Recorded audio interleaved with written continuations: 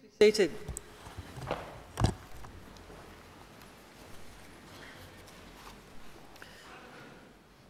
Distinguished guests, ladies and gentlemen, I'd like to invite Mr. Chris Tobin, the representative of the Darug people, to offer the traditional welcome to country. Mr. Tobin.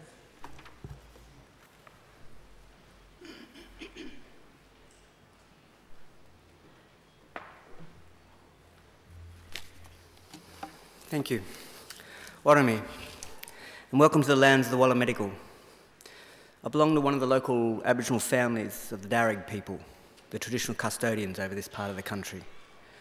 I wish to thank the university for their acknowledgement of us and for the invitation to welcome you all here today. That acknowledgement is important for our people and much appreciated, particularly by our elders. Education is highly valued in our culture too. Knowledge meant survival, and our elders are traditionally accorded great respect for their accumulated wisdom and experience. My family, in fact, descend from Yarramundi, a respected elder and cleverman of the Burrabrongal clan during the early years of colonisation. He saw that our survival in this new world could best be secured if we could learn more about it. As such, he enrolled his daughter, Maria, into the Native Institution, a school set up in 1815 by Governor Macquarie himself, offering formal education to Aboriginal children. Maria studied there for several years and used her newfound skills to lobby and ultimately secure some land for herself and her family out along the Richmond Road. Other Aboriginal families soon joined them and became known as the Blackstown, where present-day Blacktown gets its name from. We are very proud of her, as I'm sure your families are of you here this morning. And with good reason. Your advancement is our advancement. Your progress progresses us all. Now, this is perhaps better understood in traditional times when camps were smaller and clan groups had abided by strict sharing laws. It meant that the food that you caught and brought back got distributed throughout the rest of the camp. Your skills and good fortune were thus enjoyed by all. Your efforts literally nourished the whole community. And you in turn shared in their good fortune as well. Yes, we can live quite beautifully when we get clever about it. Our Aboriginal ancestors certainly did in many respects, and I offer them to yourselves as a benchmark or a model on how good to expect our lives today. You see, when Captain Cook arrived here a little south just over 200 years ago, he described the people he encountered there at Botany Bay as the happiest people he'd ever met in the world. They had nothing, he wrote, but the tools that they carried. They made shelters from the bark of trees without cutting them down, and harvested food from the land without tilling the earth.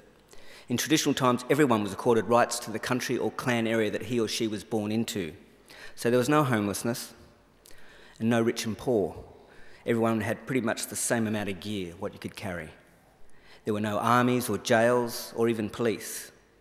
No history of slavery or empire building. We had no kings. People cooperated to collect the resources that were needed, and they were then shared out strictly according to Aboriginal law. Our rivers were clean and unpolluted, with people drinking out of them as they have done here for the past 20,000 years.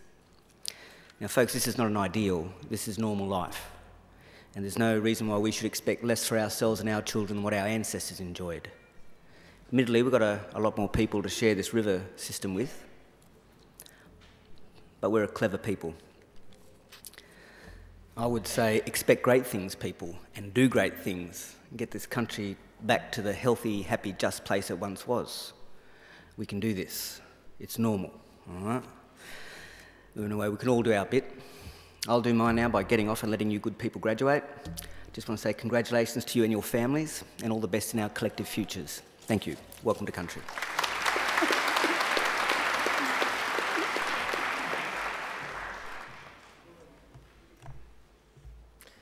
Ladies and gentlemen, I'm pleased to introduce the Chancellor of Macquarie University, the Honourable Michael Egan. Mr. Egan.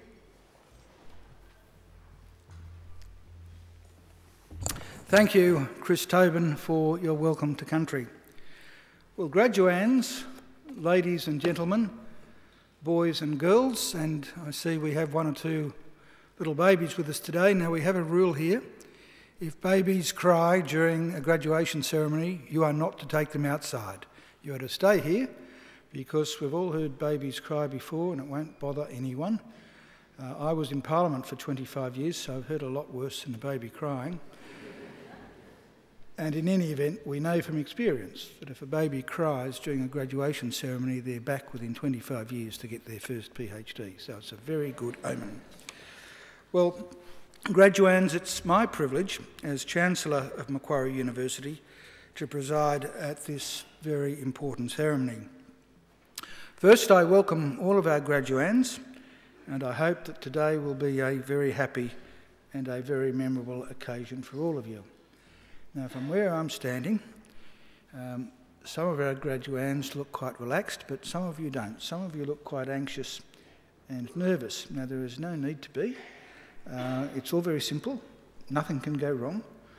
There's only two things that can happen. This can fall off when you're up here, and if it does, we'll pick it up and put it back on, or you can fall over.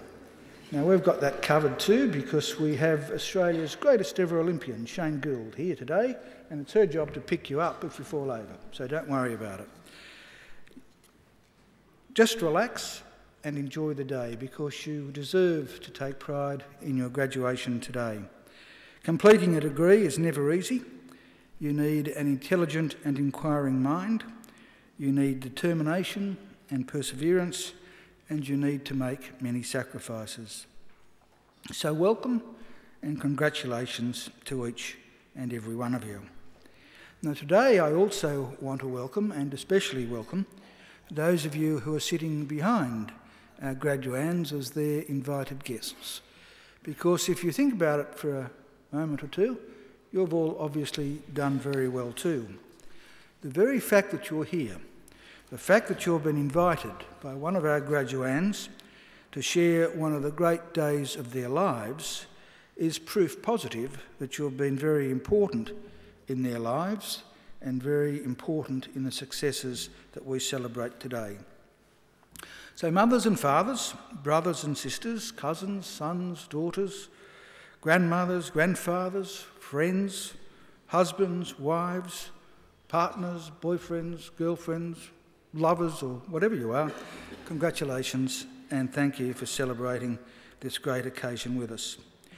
And I don't want you to think either that observing today's graduation is the end of your role. I have another important service for you to perform for our newest graduates, as they will soon become. I want you to make sure that the degrees they receive today are never ever put in a bottom drawer, but are always proudly displayed in a position of prominence. In other words, if our graduands are too self-effacing to proclaim their own success, please, you do it for them. Now, the ceremony that we're about to participate in is one of the world's oldest social rituals. For centuries, graduates have been donning robes, just like the ones our graduands are wearing today, and participating in ceremonies just like this one. Indeed, there are some 50 universities in the world which can trace their history back more than 500 years. Now, I'm sure that it won't come as a surprise to you to learn that Macquarie University is not one of those. By comparison, we're very young, only 48 years of age. But in those 48 years, we've come a long way. We now have more than 130,000 Macquarie graduates living in more than 120 countries. Macquarie is a very modern and outward-looking university. We're regarded as one of Australia's leading research universities and are currently extending our research as we are our course offerings and facilities. We're always trying to engage with the world around us. We've forged strong alliances with the community and with industry and are keen to establish more. On your way here today, you may have seen our new Macquarie University Hospital, just 2 years old, which is used by the students and academics in our School of Advanced Medicine. You may also have seen our new library, which was opened last year and which is without doubt the best university library in the land. You might also have seen, under construction, our new Advanced Hearing Hub, which will be completed later this year and which will create a world-leading institute dedicated to advances in hearing, speech and language science. So we're looking forward and we're on the move. We want Macquarie always to be a leader in teaching and learning and a leader in the accumulation of knowledge and understanding. In other words, an ideal community of scholars. And graduands, in just a few minutes, it will be my very great honour to confer your degrees upon you and welcome you as lifelong members of that community of scholars we proudly call Macquarie University. Thank you.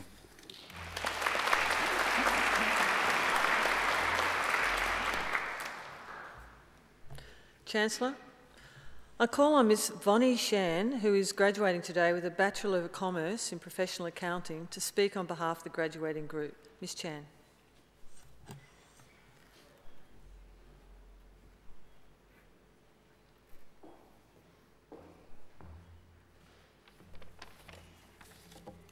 Chancellor, members of the University, fellow graduates and guests, good morning. Thank you for sharing this special moment with us. It is my great honor to speak on behalf of the graduates. We gather here today to celebrate our achievements, but while we are celebrating, it is time to think about those who make them possible through their unfailing support and help. On behalf of the graduates, I would like to thank all the lecturers, tutors, and academic staff.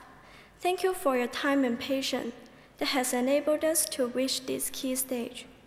All your advice and guidance have been invaluable. To our family and friends, thank you for your encouragement and love. Without you, we could never have achieved so much. Personally, I would like to say thank you to my parents. Thanks for keeping me strong and having hope in me when I felt discouraged. Thank you, Mom and Dad. Graduation is a conclusion to the work we have done in the university, but it is also the beginning of a new journey, our future. Our future is full of uncertainties, but I'm sure we will handle it well because we are graduates of Macquarie University. Macquarie is a well-developed university, providing a platform to develop skills and equips us to go into the society. All the lecturers and tutors not only taught us the knowledge from the books, but also helped us to apply that knowledge in real life. Being a well-prepared person, we will succeed in the future. This is because the knowledge we acquired and the experiences we ran through will stay with us forever. Most of you would agree that life at Macquarie University is not easy. It is full of challenges. The enormous number of assignments and exams certainly was a big challenge for me. Thankfully, I gained the support from my sincere friends. We encouraged each other, shared our knowledge and feelings in that tough time. No matter how many difficulties we faced, we overcame them. We will be more confident and have a greater motivation to do better in the future. Today, despite our experiences and cultural differences, we will all graduate from this great establishment. After that, we will continue our own journey. No matter which way we go, we will never forget what we have learned and those who have always been with us. Once again, congratulations, and I hope you enjoy this wonderful day with your beloved one. Thank you.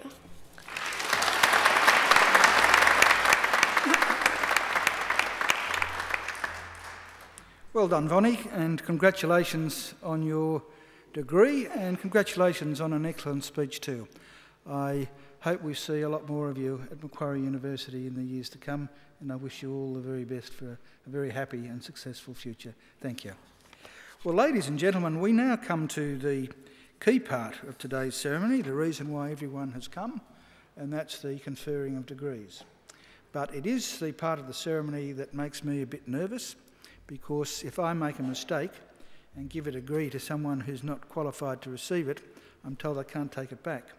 So I have to make sure that every one of you has never been late with an assignment, has attended every class, and is otherwise qualified to graduate today. So I'm going to ask the Deputy Vice-Chancellor, Ms Deirdre Anderson, to give me an absolute ironclad assurance that each and every one of you is eligible to graduate today. Deputy Vice-Chancellor. Chancellor, I certify that all candidates being presented here today and those who are absent have satisfied the requirements of Academic Senate for the degrees they are to be awarded. would all candidates for admission to degrees please stand?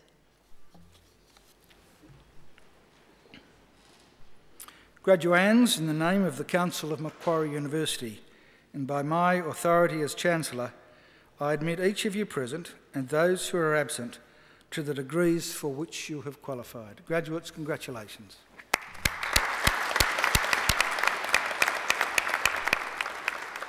Will you please be seated?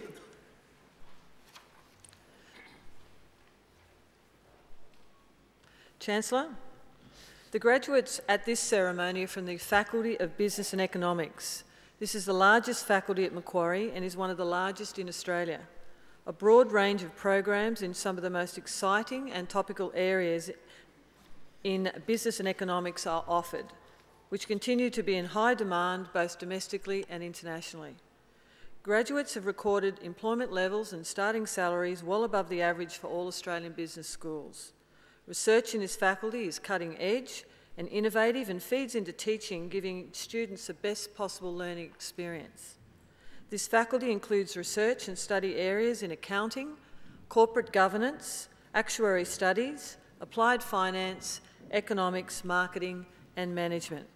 Chancellor, I now call on Professor Mark Gabbett, Executive Dean of the Faculty of Business and Economics, to present the graduates. Professor Gabbett.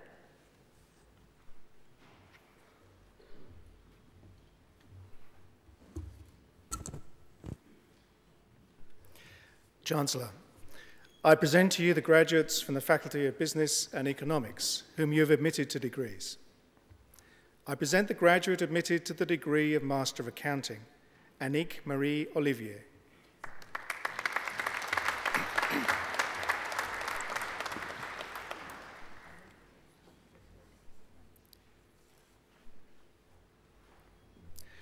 I present graduates admitted to the degree of Master of Accounting Professional, John Yuk An.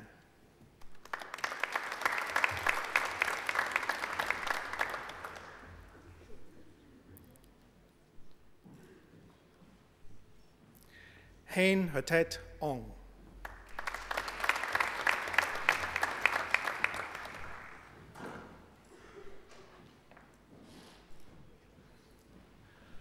Kun Huang.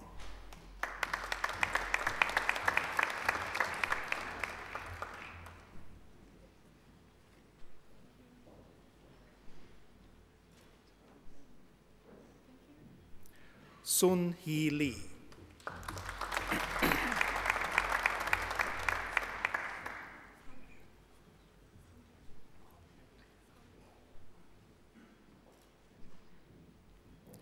Ying Liu.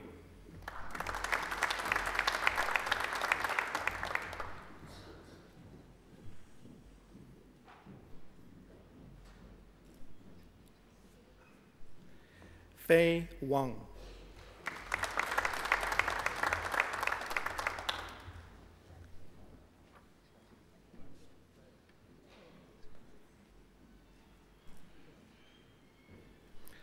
Haifeng Xia.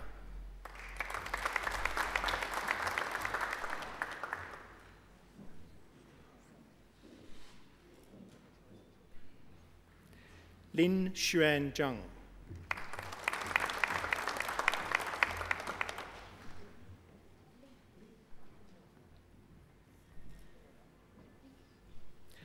I present the graduate admitted to the degree of Master of Commerce, James David McAvoy.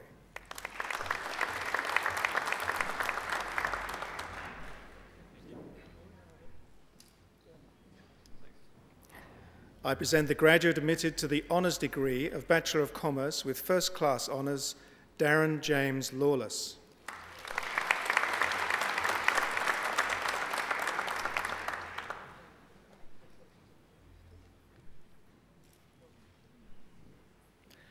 I present graduates admitted to the degree of Bachelor of Applied Finance with the Bachelor of Commerce Actuarial Studies, Roni Ramon Quirolos.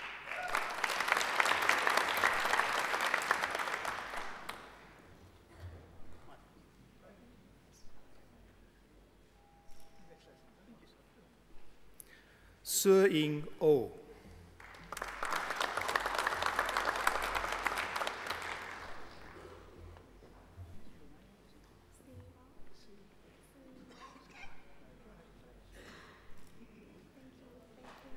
Jashanjot Singh Sidhu.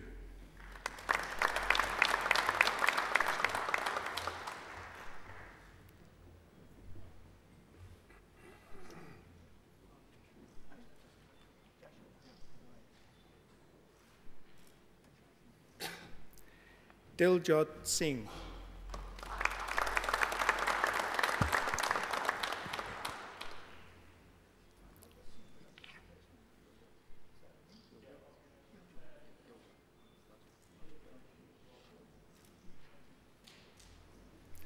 Shongjia Shu.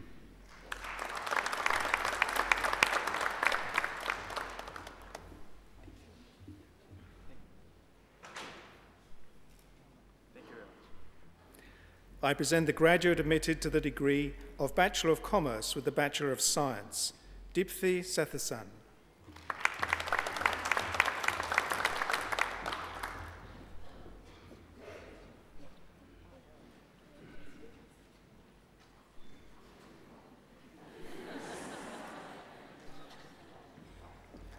I present the graduate admitted to the degree of Bachelor of Arts, Zhe Ha.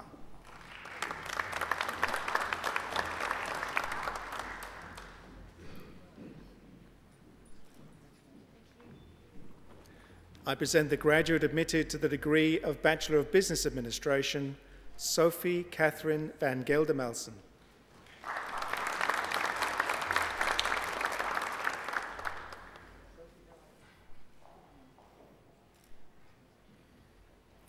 I present graduates admitted to the degree of Bachelor of Commerce, Catherine Abbott.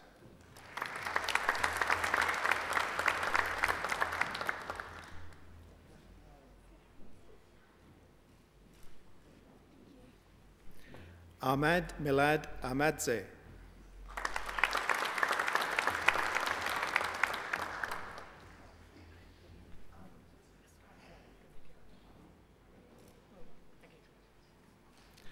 Blanca Altamirano.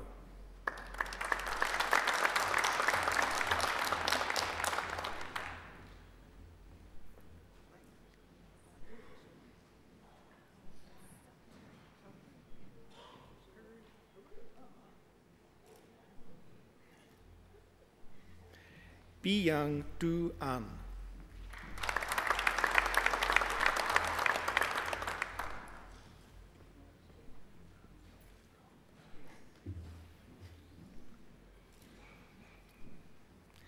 Michael Bachik.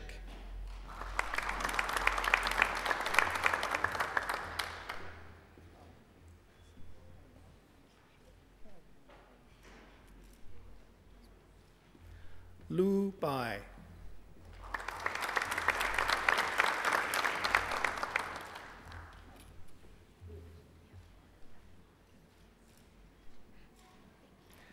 Bernadette Botros.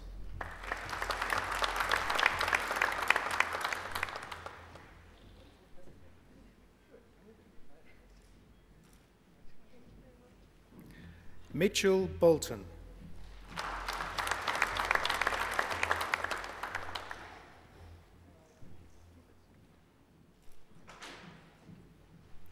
Rina Budiawan.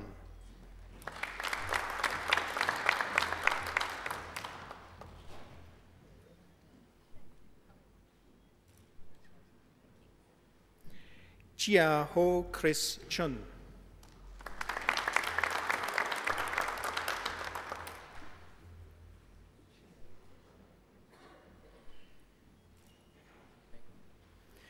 Yue Long Chun.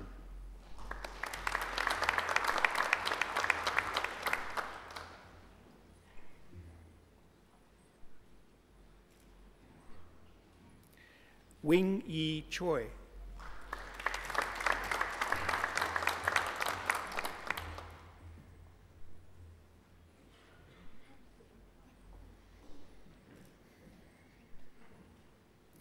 Stephanie Dong.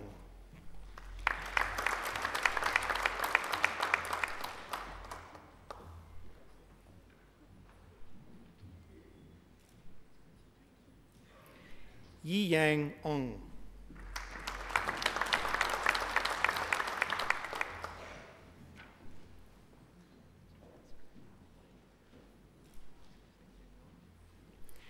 Chin Yuan Ge.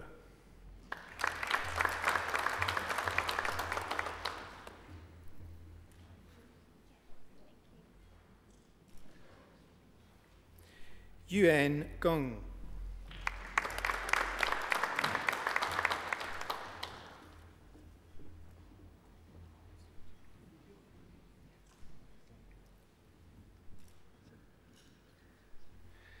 Anthony Paul Guevara.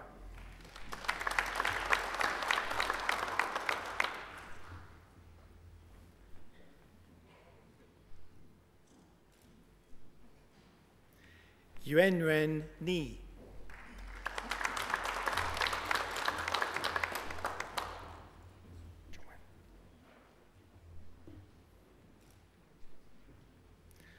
Zhongwan Park.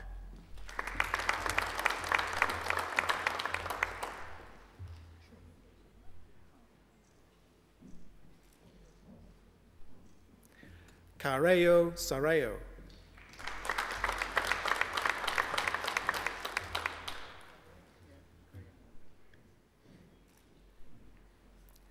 Nan Xiao.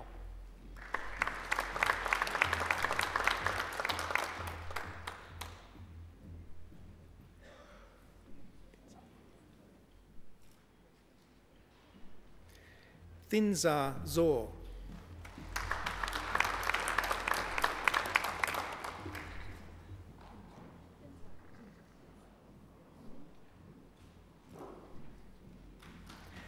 Qin Zhang.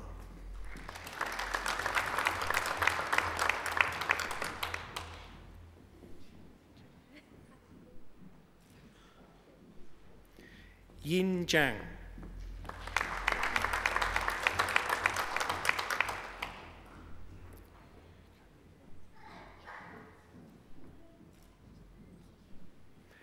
Yu Zhang.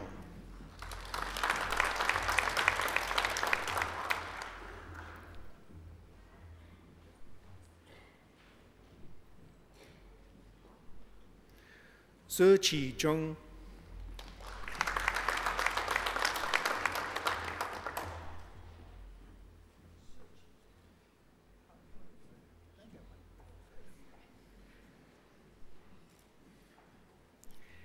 Jie Yu Zhao.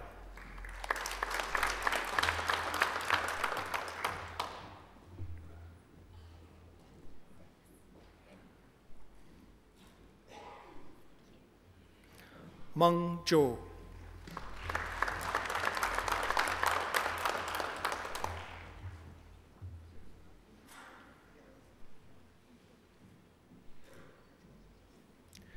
Wei Zhou.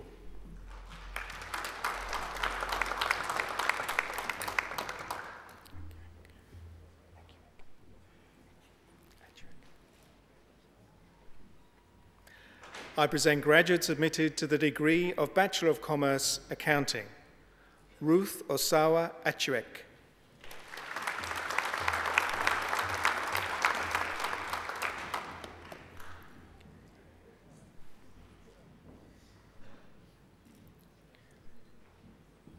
Kirille Ann Astwood.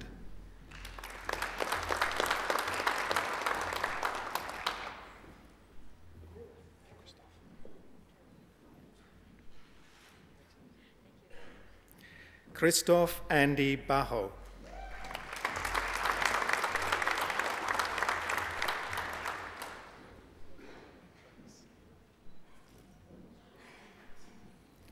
Paul Bawija.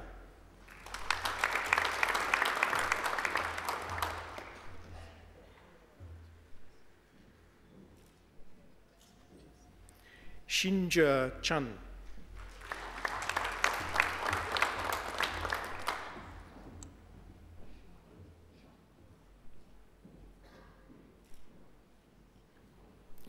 Wilson Chung.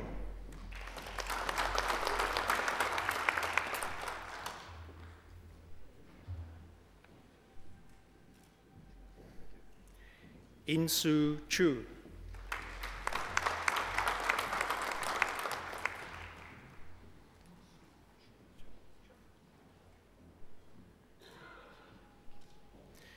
Yun Seok Choi.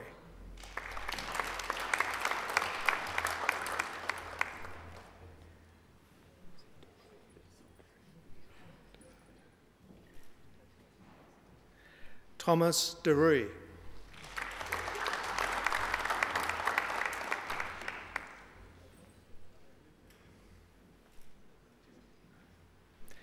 Jie Ding.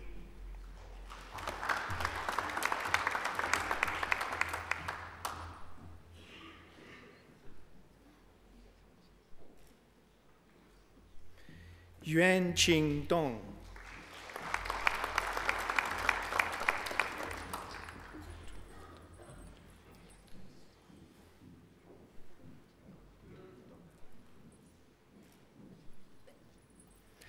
Olivia Dualetas.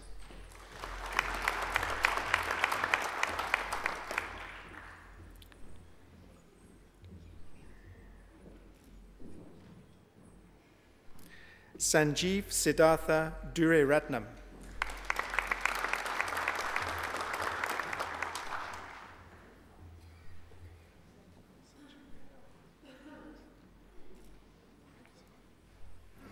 Robert Gaffer.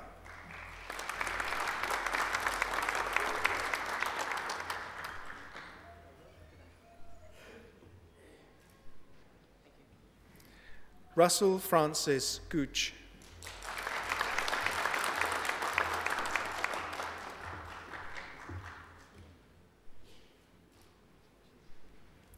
Li Chao Zhang.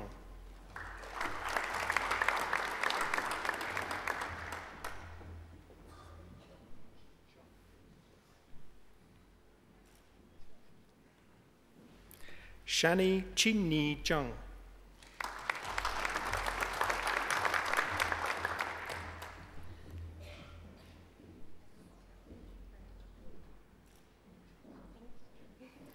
Wan Yi Zhang.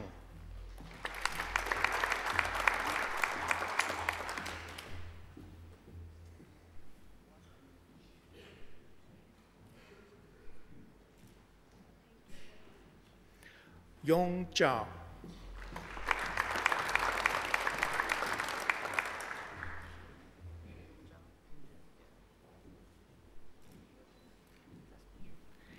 Jia Yi Zhu.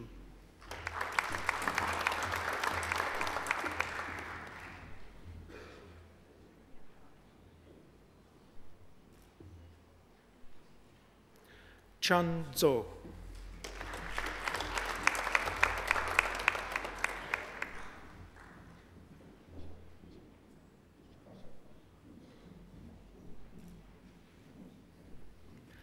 I present graduates admitted to the degree of Bachelor of Commerce, Actuarial Studies.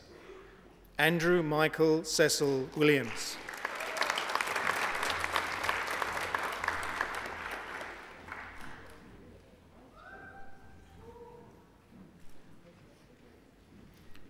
Wan Yan Wang.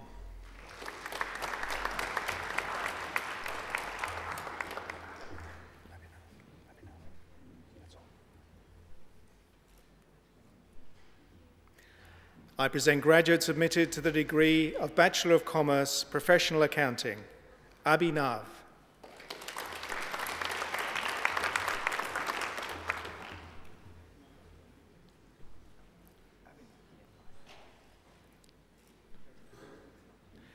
Teresa Adriani.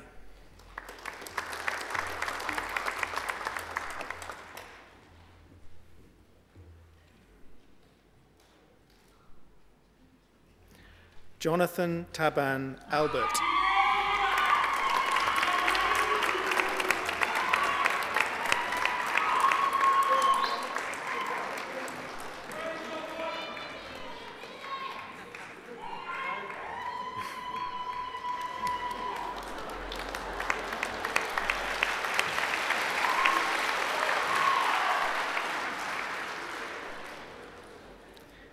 Nishad Wasim Ali.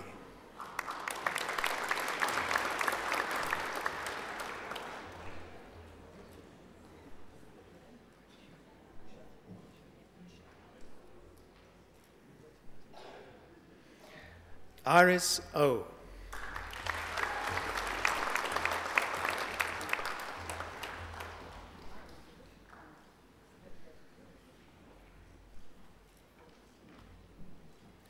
Chung Yu Bai.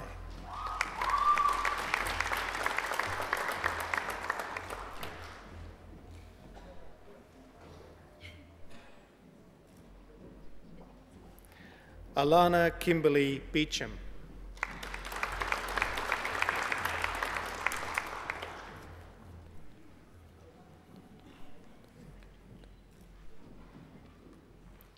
Siddhartha Buddhathoki.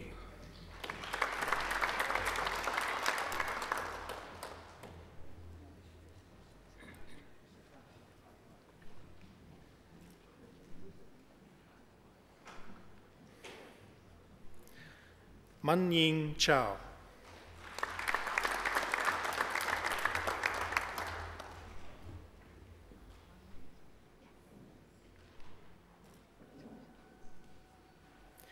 Chin Xuan Chow.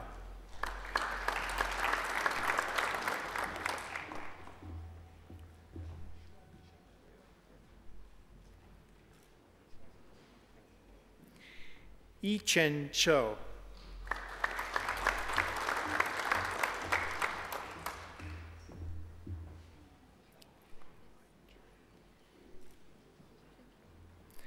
Lei Quan Cham.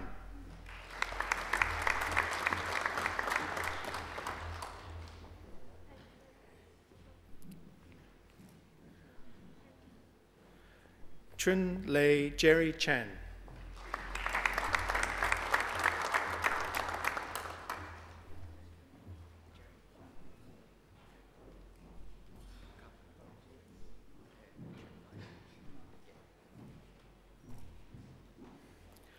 Lok Yan Vonnie Chan.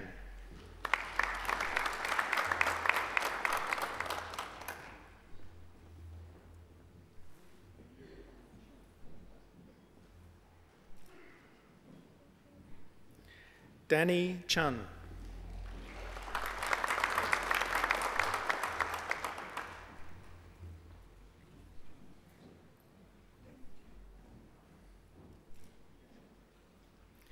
Jin Chun.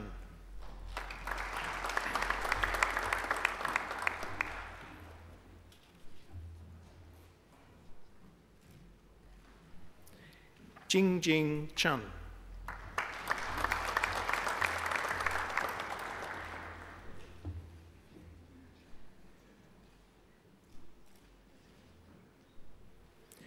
Jinhua Chun.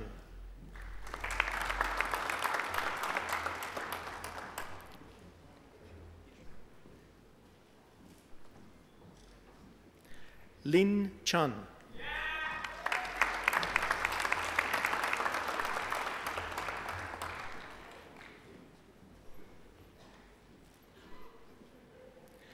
Lu Chun.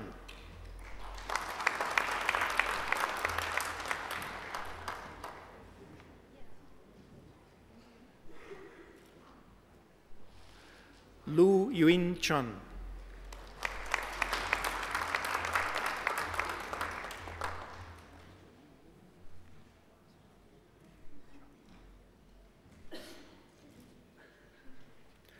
Pu Chun.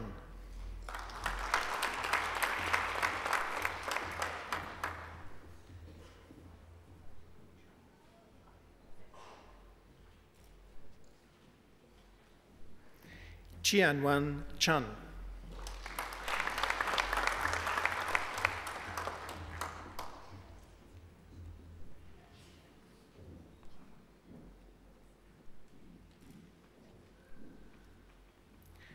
Cheongya Chun.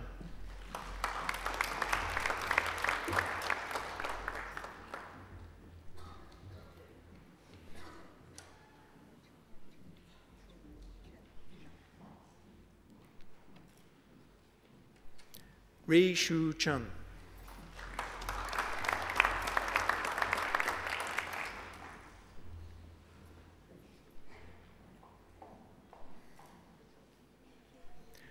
Shu Yu Chun.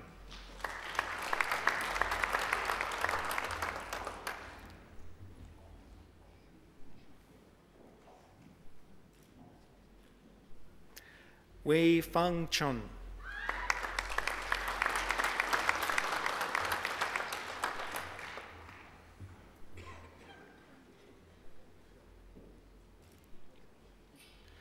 Shui Xuan Chun.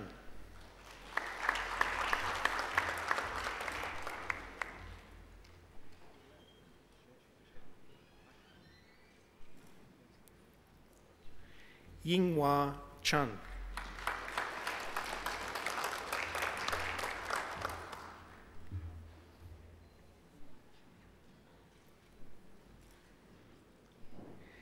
Jiang Li Cheng.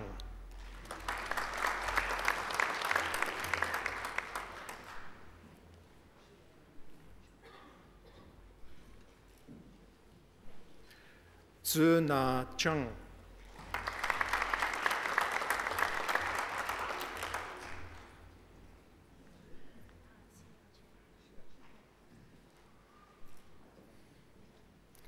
Hoi Ching Chong.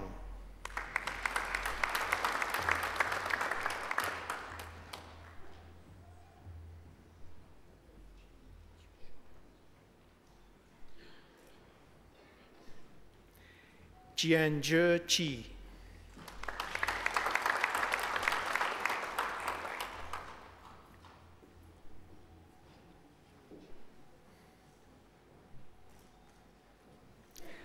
Hyun Suk Choi.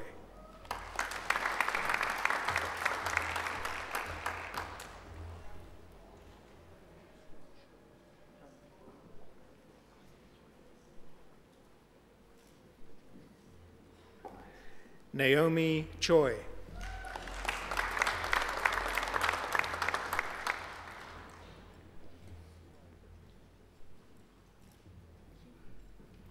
Se Huan Choi.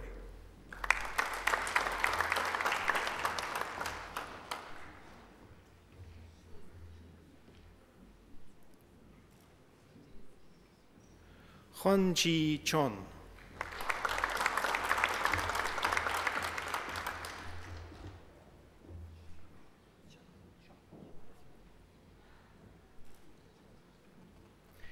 Chi Wei Chu.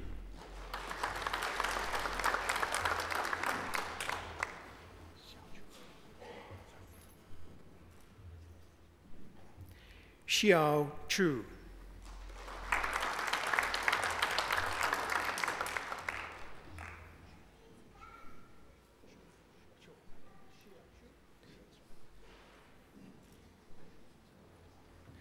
Xin Yu Tui.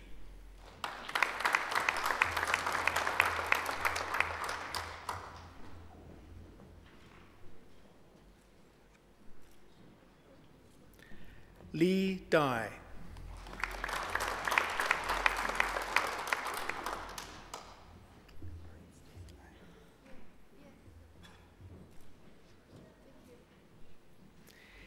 Tianjiao Dai.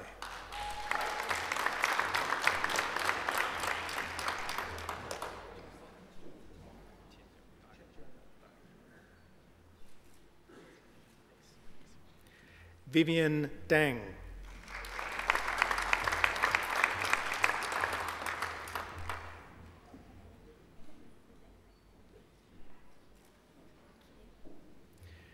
Yunhuan Deng.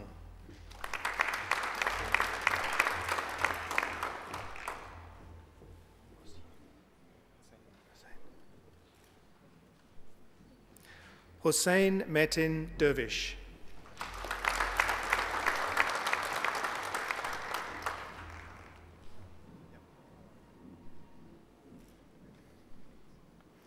Yu Shi Dong.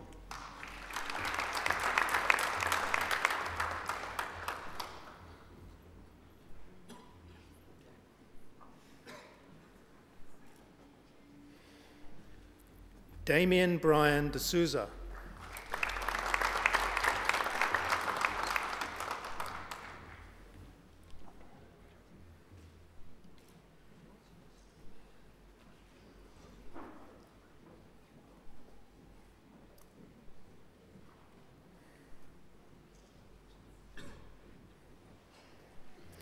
Andre Dwisaputra.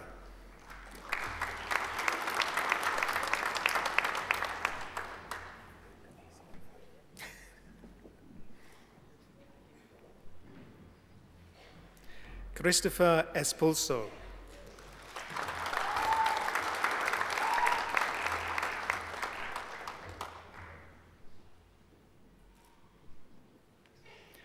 Chan Chien Fan.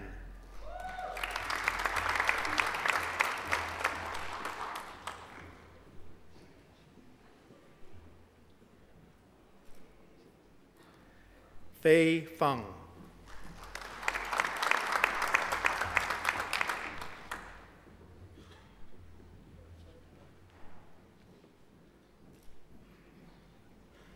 Xing Feng.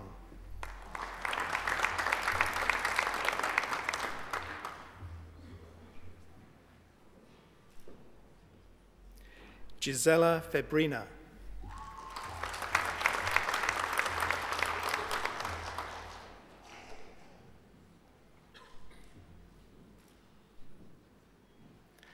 Wei Fei.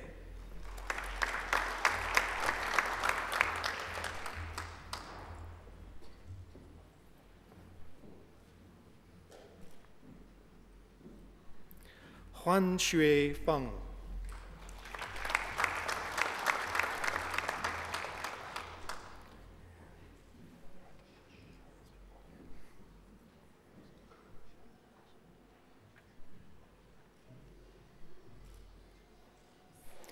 Esmir Feratovic.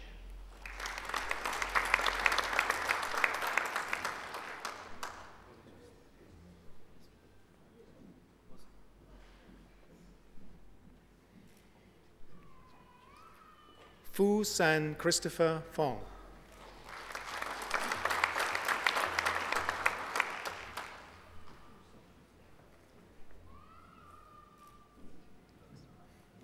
Francisca.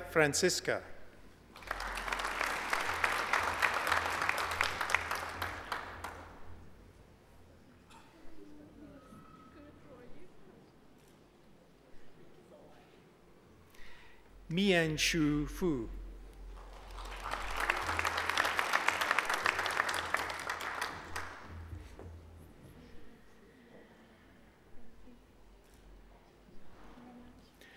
Yuan Gao.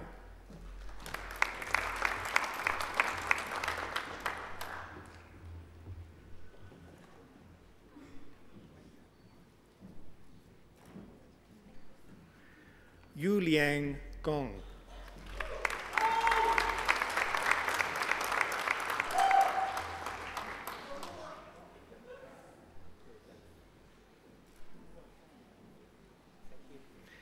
Jin Guo.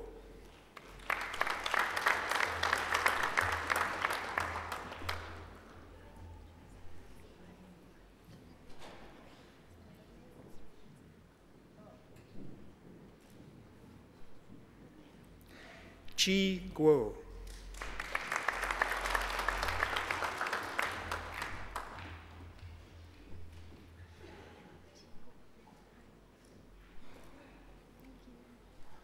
Rong Guo.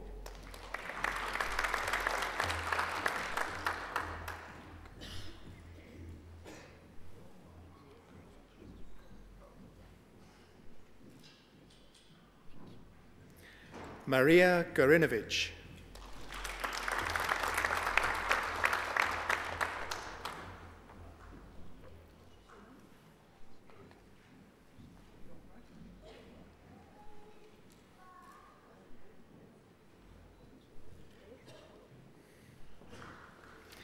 Akila Boudica Garuja.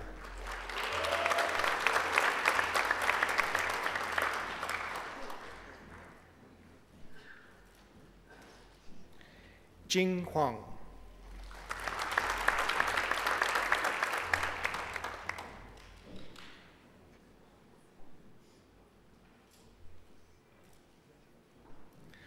Nan Li.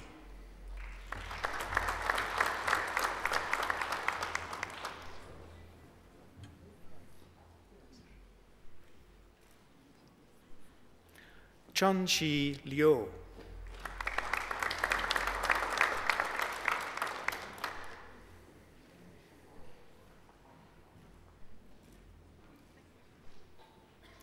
Lu.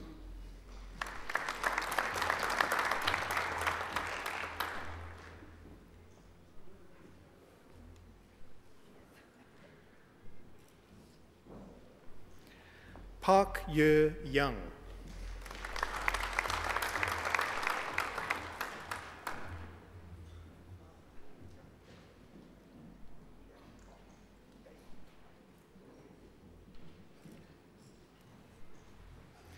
Jing Chu.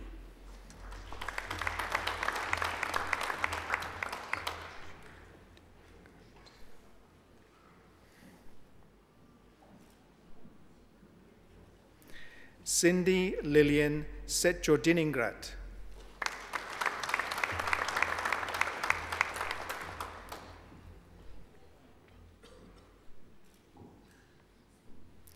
Andrian Sojadi.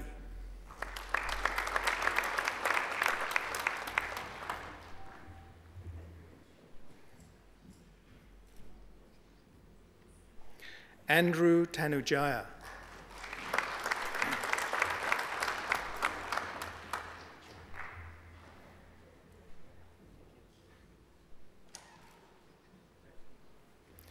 Yi Jun Wei.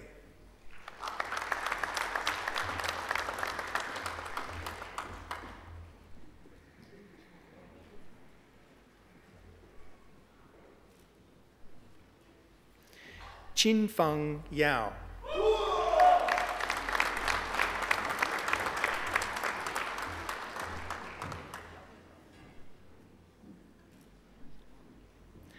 Lin Lin Zhang.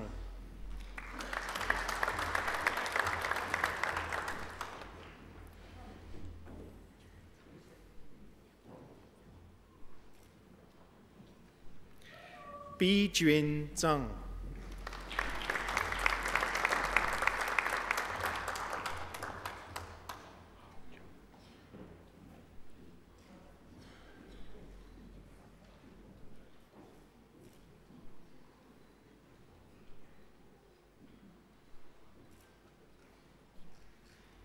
Hao Zhang.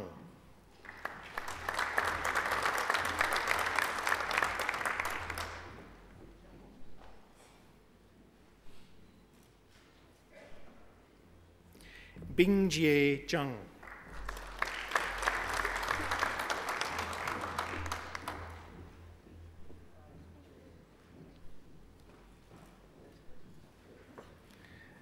Dai Li Zhang.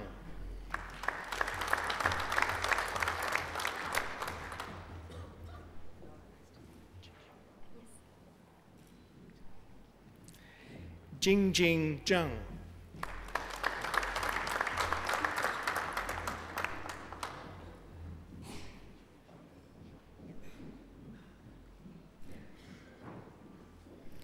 Lin Xiao Zhang.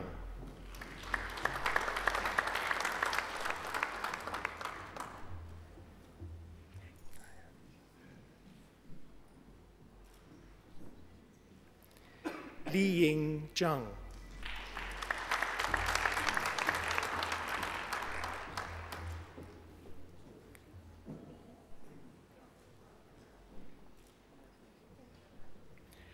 Mei Han Zhang.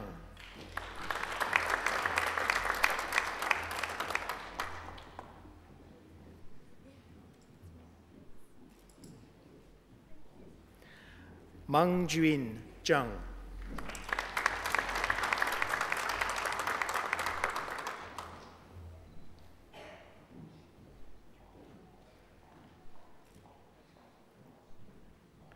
Na Zhang.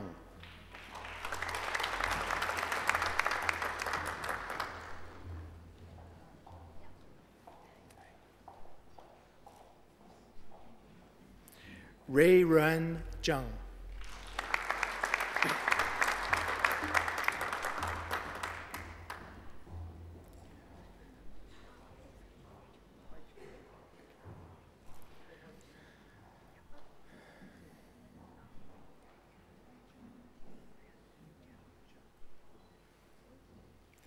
Yao Yuan Zhang.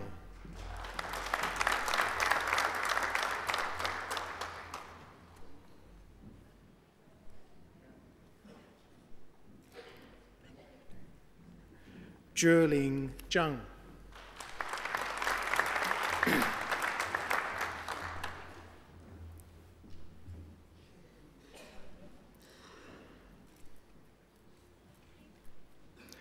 Qian Zhao.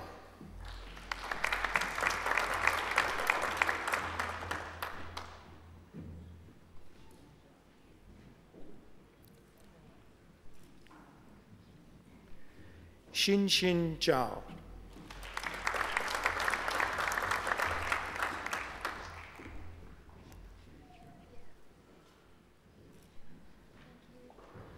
Yu Jiao Zhao.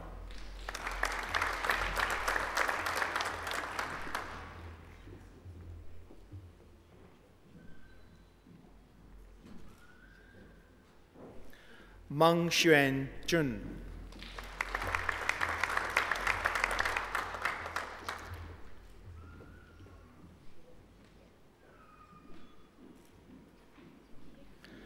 Dongfang Zheng.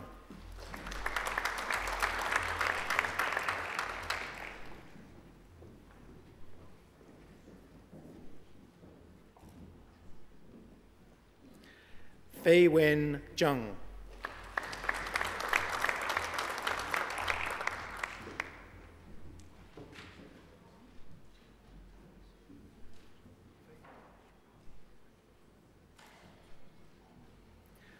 Chengxian Zhou.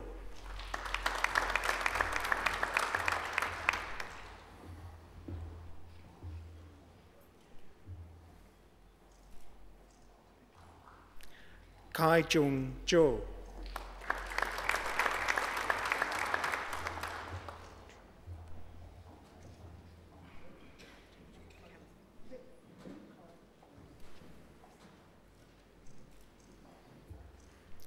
Rong Zhou.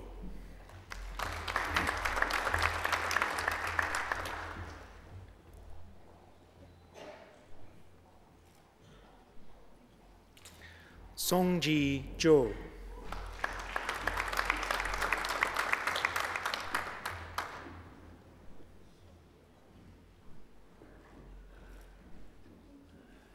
Wanjie Zhou.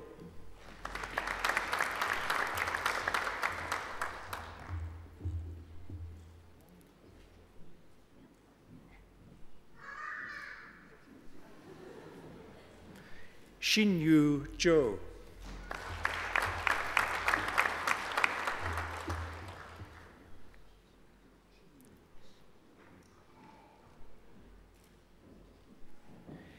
Yifei Zhou.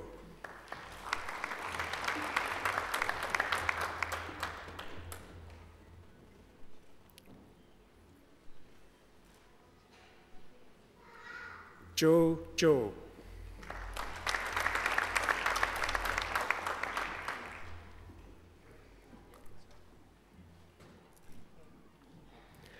Lin Zhu.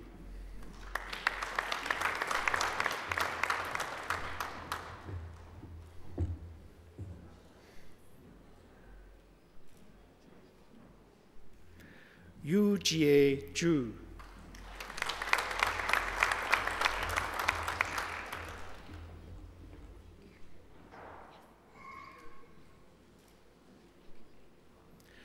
Zhiyan Zhu.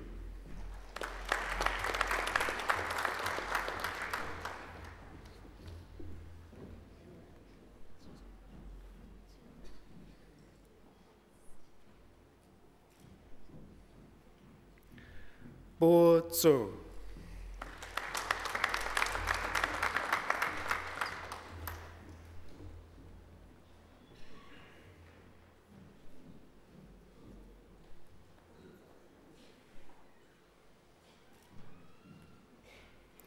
Xin Zhou.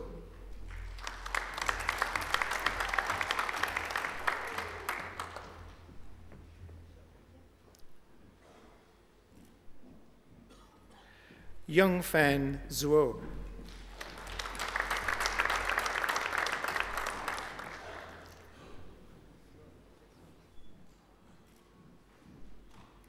Sichan Liu.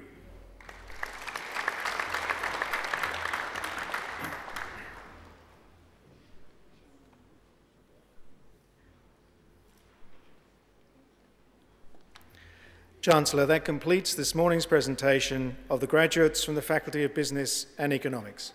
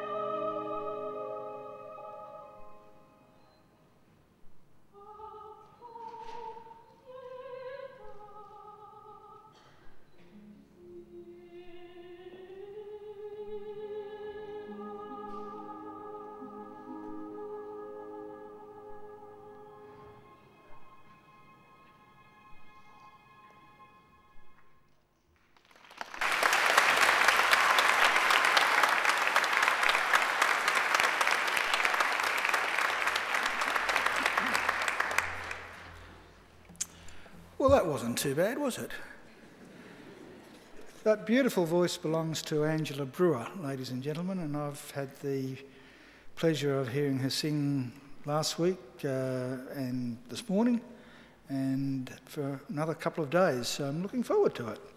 Would you like to hear Angela sing just a little bit more? It's very simple. All you have to do is enrol in another degree. And when you come back next time, I promise you Angela will be singing at your graduation.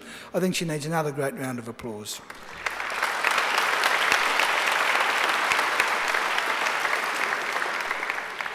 As do our fabulous musicians, our organist, Dr. James Forsyth.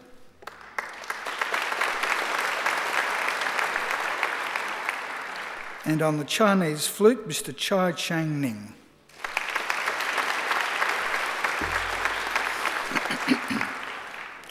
Well, ladies and gentlemen, it's now my pleasure to introduce our occasional speaker, Shane Gould. Shane Gould, MBE, takes her place in Australia's sporting heritage as one of the world's greatest swimmers. She swam at the 1972 Olympics and is still the only woman ever to win 5 individual medals, 3 gold, all in world record times, plus 1 silver and 1 bronze medal, and she was 15 years of age when she did it. Shane is an author and photographic artist, and her philanthropic work includes charities that aim at improving physical health and family relationships through activity in and out of the water. Shane travels extensively internationally and has spoken or worked in most parts of the world. Ladies and gentlemen, please welcome Shane Gould.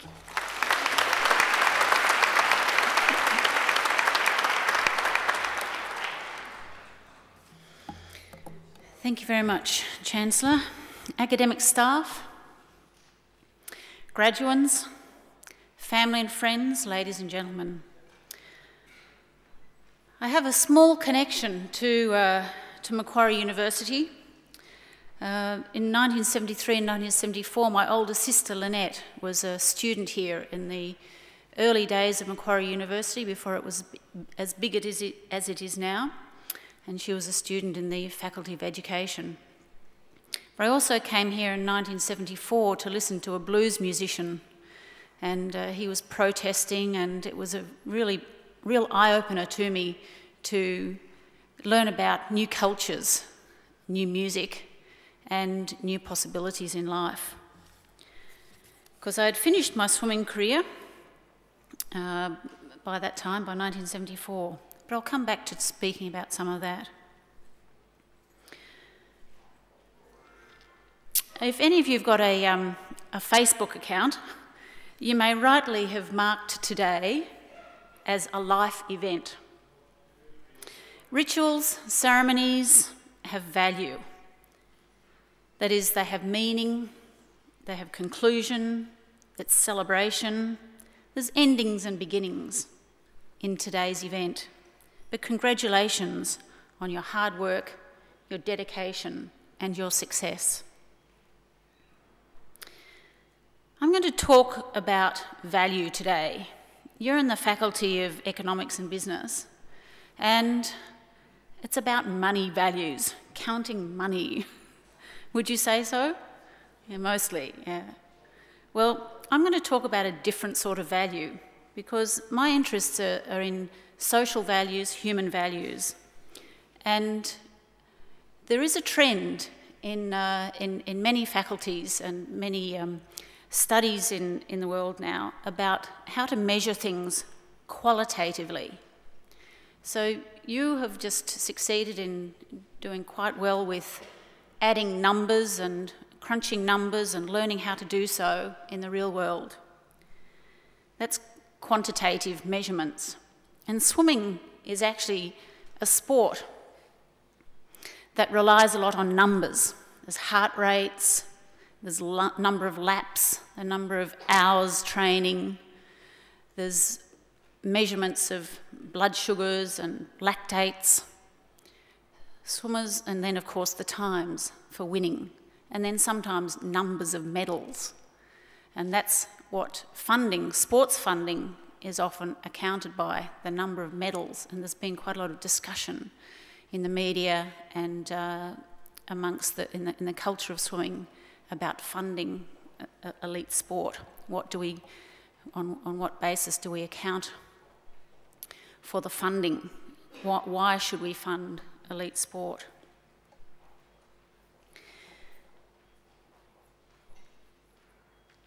What I'm hoping that you guys will do as graduates now in the field of quantitative values of money is that you will account for qualitative human values as well as financial quantitative values. I'm going to give you 3 stories from my life to encourage you to look into that and make sure that when you're making financial decisions for yourself and your clients that you'll be working with, that you consider human and environmental values as well. Those qualitative values that are quite a bit harder to measure.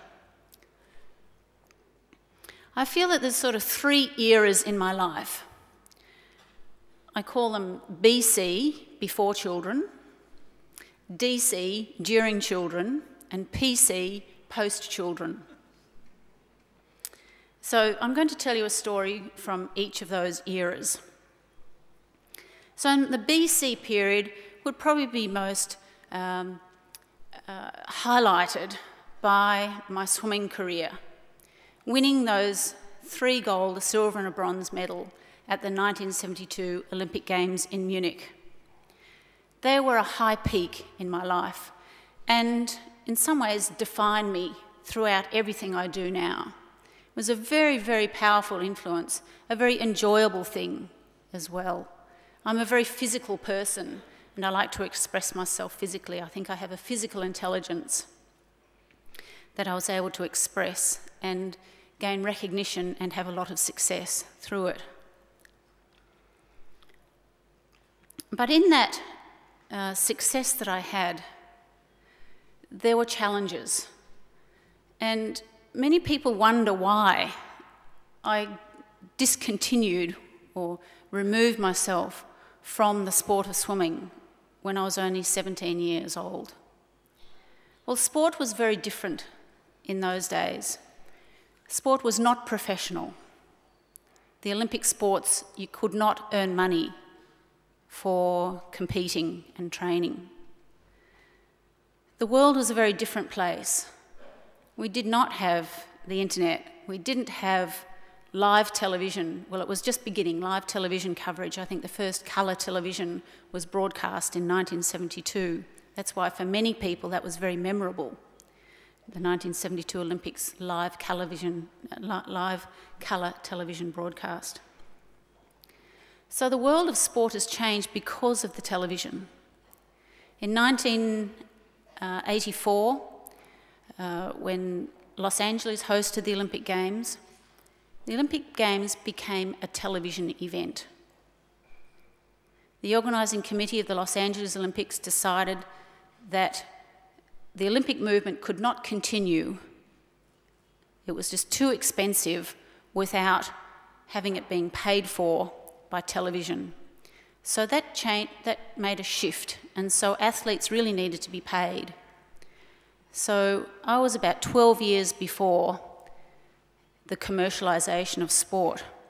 And now sport is a very big business.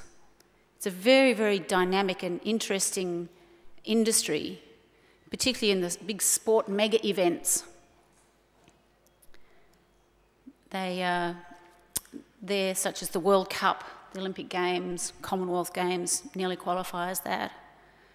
So these big mega events, there's billions of dollars. I think NBC television had to pay $10 billion for the rights to broadcast the last Olympic Games in London. So there's big dollars in the business of sport. And some of you may be interested in that already through some assignments or just personal passions. But for me, my BC era was driven by just personal motivations for the love of physical movement, for the motivation to be faster, higher, stronger, the motto for the Olympic Games. Citius, Altius, Fortius. So I hope for you folk that money doesn't just drive your passions and your motivations, that the values of personal ambition, personal excellence, just wanting to do good things and expressing your personal talents will drive your values in your work. Another story in my during children era is about a television program that was done. It's no longer being broadcast. It was very popular though in the 80s and 90s. It was Burke's Backyard. It's one of the precursors to many of these very fast-paced backyard renovation programs. I was the mother of 4 children, and I lived in a very simple, consciously simple and easy, not easy, socially responsible, I felt, lifestyle. A little timber cottage, a low income, just enough to get by. For a little while there we didn't have any electricity consciously. Grew a lot of our own food and just had a very simple sort of life, which was part of a worldwide movement of a Back to the Land movement, which was a second environmental response to the beginning of the environmental movements in the 1960s.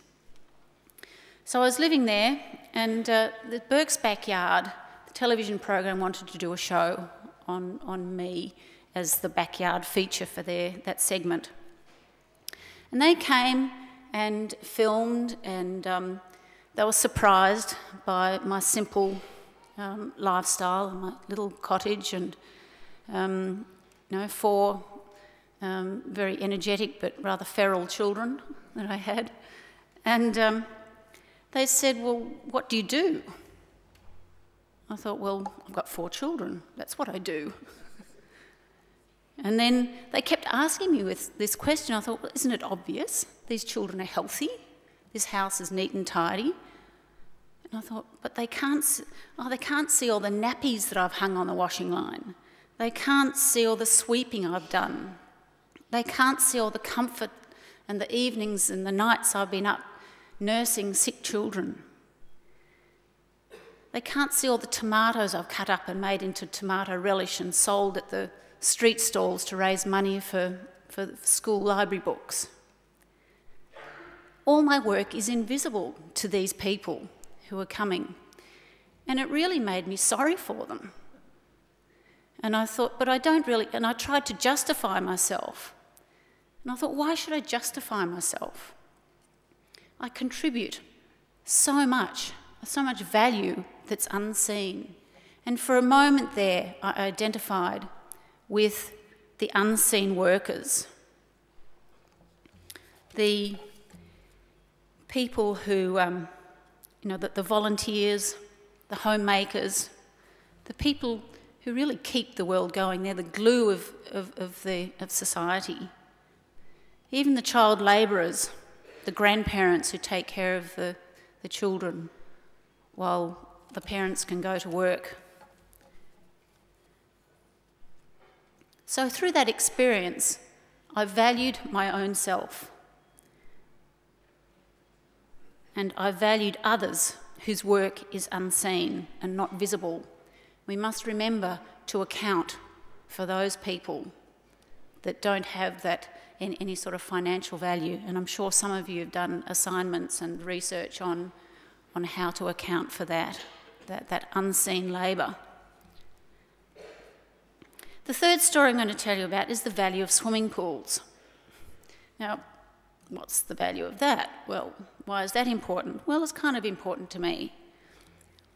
I've just finished 2 master's degrees in the last 5 years. I've had my head buried in books, and I felt it was really necessary for me to understand academic method and learn academic integrity. I've had a lot of opinions in my life, As a successful person, I've often been asked for an opinion on something that I maybe know very little about, but I've had to give an opinion anyhow. And I started to get a little bit cocky and sprouting opinions without being able to back it up. And I got myself into some hot water a few times with the Australian Olympic Committee and various people. And I thought, well, Shane, you'd better put your integrity to work and get some academic integrity and learn this method of arguing your point. So that's one reason why I went back to university. But at the same time, I had to have a subject to study, and I thought there was a value in investigating why people drowned. And that's one of my charities. I work on a drowning prevention program, and it's mostly in Fiji at the moment, but we have done some work in the Northern Territory with Aboriginal people. And I saw that swimming pools actually limit the capacity, I believe, for people to learn to swim well. And so my work is around that. But in the process of doing my thesis, which was the social uses of swimming pools in Tasmania, and you wouldn't believe it, there's about 100 swimming pools, public swimming pools in Tasmania, and 9 50-metre pools. So you'd think there'd be a lot more swimmers in Tasmania, but I think swimming pools are actually a status symbol for many councils and many hotels and shires. But that's another accounting dilemma. But what I did in the process of evaluating swimming pools was seeing where piped water came from, because the history of swimming pools originated when people didn't wash very much. And public swimming pools were put in as public baths. That's what they literally were. In 1842, England put out the Public Bath and Wash Houses Act. And that was the beginning of swimming pools, because people didn't have water coming to their house.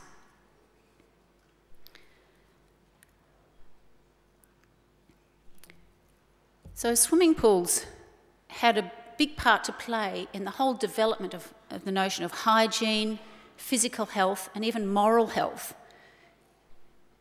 Physical education was used for the development of moral well-being. You're supposed to be more morally upright if you were physically healthy.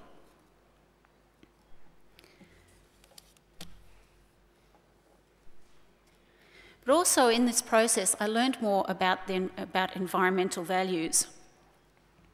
Because water is short in many places, and water is blue gold, and swimming pools need water. There are so many backyard pools in Sydney, and I know there's some challenges for backyard pool owners to save the water in their pools, or perhaps not even put any in, use public pools.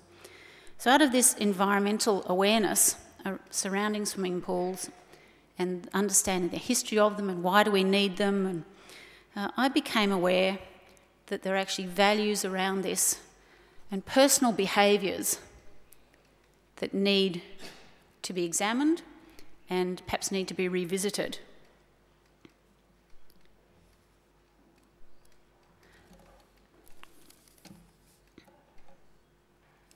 And sometimes that, coming back to the beginning of my studies, the reasons for studying again, is I may need to change my mind, change my opinions, change my values, be open-minded. And I think that's ultimately is the greatest value of education, is to respect other people's opinions and other people's ideas. So graduands, to conclude, I implore you to consider human and environmental values as you go into the world. My values around winning my gold medals are that is being physically healthy, having self-knowledge, and working towards an aspiration. The values that I've picked up from being the unseen worker is self-affirmation, respecting the unseen worker. And the third, about my research about swimming pools, is be open-minded to the creation of new values and new behaviours. The acceptance of otherness, about someone who's different, someone who has different belief systems. but being prepared to change your own in the process. So I just again want to congratulate you and implore you again to look at the qualitative values as well as the quantitative values as you're crunching numbers, because the human values really count in the long run, throughout life and your further studies. So thank you very much for listening and good luck.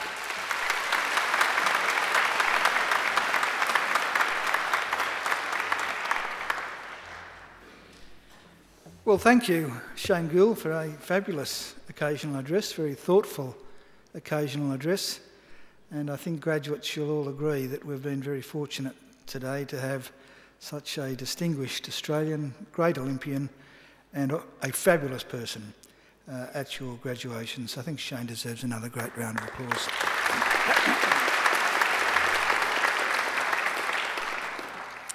I wouldn't want you to think either that Shane is the only swimming champion here today. You might not know it, but I too was a swimming champion. Back in 1963, I was the winner of the 100 metres butterfly at my school.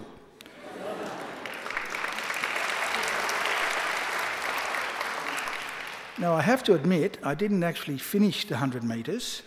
For those of you who have ever swum butterfly, you'll know it's a very, very difficult stroke. And I conked out about 20 metres from the end and had to be dragged from the pool. But I was still declared the winner because I was the only person who finished the first 50 metres. So I too know what it's like to get a gold medal. Well, ladies and gentlemen and graduates, this ceremony, of course, marks the end of one stage in your relationship with Macquarie University. But it's certainly not the end of your association with Macquarie. From today on, for the rest of your lives, you're part of the bigger Macquarie family, which is our alumni, and part of the network of Macquarie alumni, which now spans the globe. We'll keep in touch with you through our alumni program, which is focused on lifelong learning, lifelong support, and lifelong connections. Our commitment to you is to help you keep in touch and engaged with Macquarie throughout your life. And please make sure that you come back to Macquarie, either to undertake more study, to attend alumni events, perhaps use our great swimming pool and other fitness facilities, or even, if you like, come back with your friends and families and have a picnic down by the lake. Well, graduates, the award of a university degree carries many opportunities and privileges. But like all privileges, it also carries responsibilities. Believe it or not, you, each and every one of you, can change the world. And you don't have to be a Nobel Prize winner to do it either. Because almost everything you do, in your homes, in your workplaces, and in your communities matters and can make a huge difference. The consequences of every effort, of every action, large or small, can reverberate throughout society, through the decades, indeed sometimes the centuries. Even something as simple as a kind word or a kind gesture can often be the spark that ignites a great life or a great career or a great achievement. So as Chancellor of Macquarie University, I charge you to use what you have learned, not only for your own benefit, but also for the betterment of the community. I charge you to use the skills and knowledge you have acquired with rigour and integrity, and to commit yourselves to a program of lifelong learning and inquiry. I charge you to recognise the worth and dignity of all people, particularly those who have not had the opportunities that you've enjoyed. I charge you to set high goals and to continue the hard work that has brought you so far. I charge you, wherever you go, to go with all your heart. And in all you do, I charge you to uphold the good name of Macquarie University. Graduates, I hope that you'll also always remember the people who have helped you along the way, many of whom are here with you today. So to acknowledge their contribution and thank them for it, I'm now going to ask you to do a couple of things for me. Graduates, would you now please stand? Now I want you to put your degrees on the seats behind you so that your hands are free, and I want you to turn around to face your families and friends. And now I invite you to give them a mighty round of applause.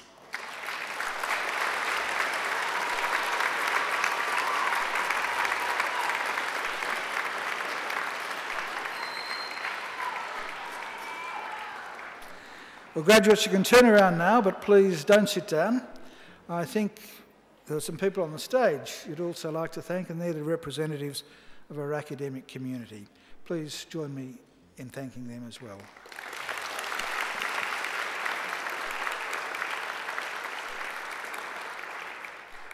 Well, ladies and gentlemen, the official party will now leave the courtyard through the centre aisle and will be followed by all of the graduates. I would invite you all to now please stand, and please remain standing until the last of the graduates have processed out. And then I invite you all to join us at the University Court for some light refreshments. Well, graduates, I wish you all the very best for the future, and in the words of the old Irish blessing, may the road rise up to meet you, may the wind always be at your back, may the sun shine warm upon your face, and rains fall soft upon your fields. And until we meet again, may God hold you in the palm of his hand. Graduates, good luck.